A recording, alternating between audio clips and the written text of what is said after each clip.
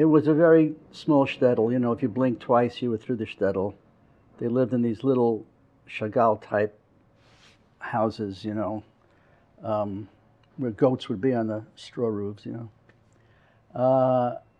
And it was it was a Jewish little ghetto, and the peasants were non-Jewish, you know, living around. There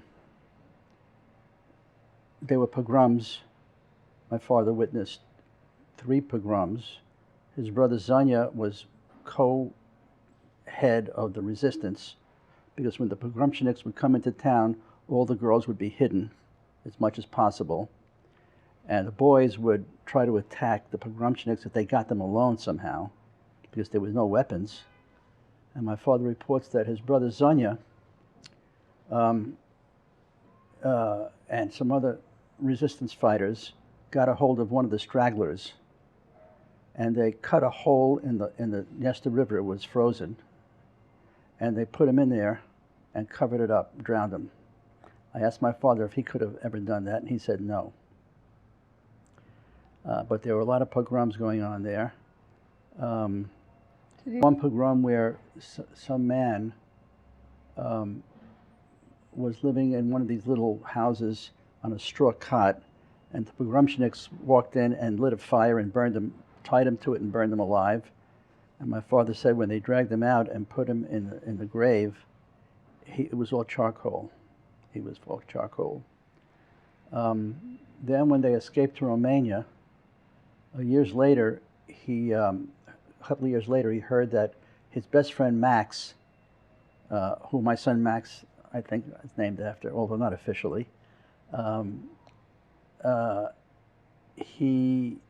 was a rumor that his father was killed. Max's father was killed. But Max's friends, including my father, wouldn't let Max go back to Yaruga. So my father decided that he would go. So he snuck back into town and confirmed that Max's father was shot and thrown into the Dniester. That's another story. My father had a scar on his hand because when he was about 10, I guess, or maybe 12, a pogrom happened in town, and the leader got to my father's house, and all the men were gone, and my father's mother was there, and there were some other people in the house, relatives, and he insisted everybody leave the house except my father's mother, my grandmother. So my father refused, so they kicked him out of the house, but he got worried because his mother was the only one in there with this guy. So he ran back into the house, and apparently this guy pulled out his sword. My father grabbed the sword, and he pulled the sword out of his hand, so he has a big scar on his hand. But apparently he liked the fact that my father was heroic like that, so he just walked out.